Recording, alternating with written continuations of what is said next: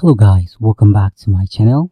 In this tutorial, I'm going to show you how to create this nice responsive Bento Grid system. So if you're new to my channel, please kindly hit the subscribe button and let's get into it. To get started, I'm going to click on the resources icon here and then click on plugins.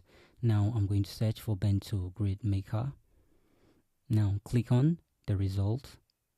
And then we can set the number of frames we want in our Bento grid. Now I'm going to set that to 7, and then I don't want the rows to be equal, so I'm going to create Bento.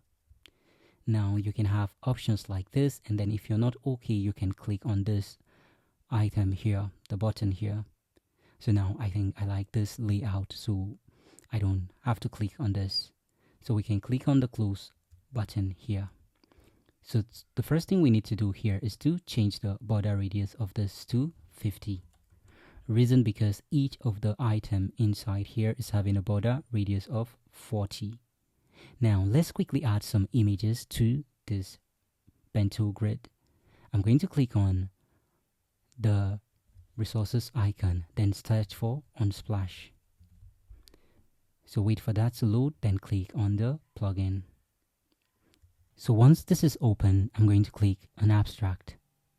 So now let's just add some few designs here. So I'm going to add this image, and then I'm going to select this section and then look for an abstract image again. I'll add this, and if you like, you can add other images.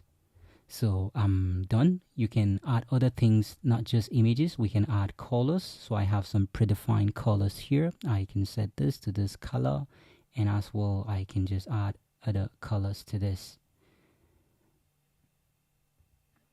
So now we're left with this, so let's just quickly pick any color here will do. So if you click on this is responsive, and you can just increase this to fit into your designs. So if you like short tutorial tips like this and you want to support this channel, please kindly hit the subscribe button, and I'll see you in the next tutorial.